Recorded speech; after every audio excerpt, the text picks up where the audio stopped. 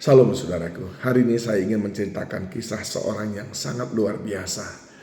Namanya adalah Frances Jane Crosby, atau sering juga dipanggil dengan nama Fanny. Fanny adalah seorang gadis remaja tadinya yang penglihatannya kurang baik. Lalu datanglah seorang sahabat berkata, "Biar saya yang mengobati supaya matamu jelas." Lalu diizinkanlah oleh keluarga. Namun apa yang terjadi saudaraku? Fanny malah justru menjadi buta. Kedua matanya tidak bisa melihat. Lalu Fanny hidup dalam hari-hari yang tidak bisa melihat apapun juga, sehingga dia sangat tergantung kepada orang lain, saudaraku. Tidak lama kemudian, Fanny yang remaja itu pun harus menjadi anak yatim karena ditinggal oleh ayahnya yang meninggal dunia karena sakit. Maka ibunya lah yang menjadi tulang punggung keluarga. Ibunya bekerja menjadi pembantu rumah tangga di rumah orang lain. Sehingga Fanny yang masih relatif kecil itu tadi harus dititipkan di rumah neneknya. Di rumah neneknya lah dia setiap hari diajari tentang firman Tuhan. Sehingga karena dia tidak bisa melihat, neneknya selalu mengajarkan dia supaya belajar untuk menghafal ayat-ayat firman Tuhan. Sehingga Fanny itu hafal. Kitab Mazmur dia hafal, kitab Pengkhotbah dia hafal, kitab Amsal pun dia hafal, kitab Kidung Agung pun dia hafal, saudaraku. Dan itu membuat dia akhirnya dikenal oleh orang lain, saking banyaknya firman Tuhan yang dia hafal. Itu pula yang membuat dia akhirnya memiliki banyak sahabat, saudaraku. Sehingga dia tidak pernah merasa minder, tidak pernah merasa sedih, apalagi merasa kecewa dengan kebutaannya. Fanny pun bertumbuh menjadi gadis dan dia menikah dengan seorang pianis. Dan itu mengubah banyak kehidupannya. Sebetulnya Fanny sendiri adalah orang yang bisa main piano dan juga main harfa. Sehingga mereka menjadi pasangan suami istri yang sangat serasi. Keahlian mereka akhirnya mereka pergunakan untuk menulis lagu. Dalam catatan lebih daripada 900 lagu gereja yang mereka sudah tulis. Beberapa di antaranya sangat akrab dengan kita, misalnya pada kaki salib Yesus, atau ku berbahagia yakin teguh, atau juga selamat di tangan Yesus. Itu semuanya adalah lagu-lagu ciptaan daripada Fanny Crosby tadi, saudaraku. Nah, saudaraku yang dikasihi Tuhan, sesudah itu apa yang terjadi, saudaraku? Fanny semakin dikenal di gereja-gereja, dia pun diundang ke berbagai ibadah-ibadah. Suatu hari, datanglah pendeta menghampiri dia. Pendeta berkata, "Sungguh yang Maha Kuasa sangat memberkati Anda dengan luar biasa. Namun sayang sekali ya, Tuhan tidak memberikan saudara penglihatan." Apa jawab Fanny, saudaraku?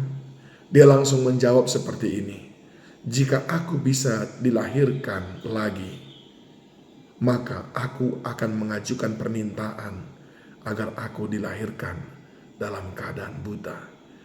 Karena dalam keadaan buta ini, aku merasa tiada satu pun yang kurang yang Tuhan berikan kepadaku. Dalam keadaan buta ini pula, aku bisa mempersembahkan hidupku bagi Tuhan. Aku tidak bisa membayangkan kalau tadi sekiranya aku tidak buta, mungkin aku bukan menjadi orang yang dekat dengan Tuhan." Pendeta pun bingung, saudaraku. Lalu dia berkata, "Tapi kalau sekiranya hari ini Tuhan ingin sembuhkan, apakah kata Anda?" Fanny berkata, "Saya ingin sekali saat saya sampai di surga, maka yang pertama sekali saya lihat adalah juru selamat saya. Saya ingin taat kepada otoritasnya. Kalau saya buta hari ini, maka itu adalah kehendak Allah." Saudaraku yang dikasihi Tuhan, betapa hati yang penuh dengan ketaatan dan penundukan diri kepada keputusan Tuhan, kepada otoritas Tuhan.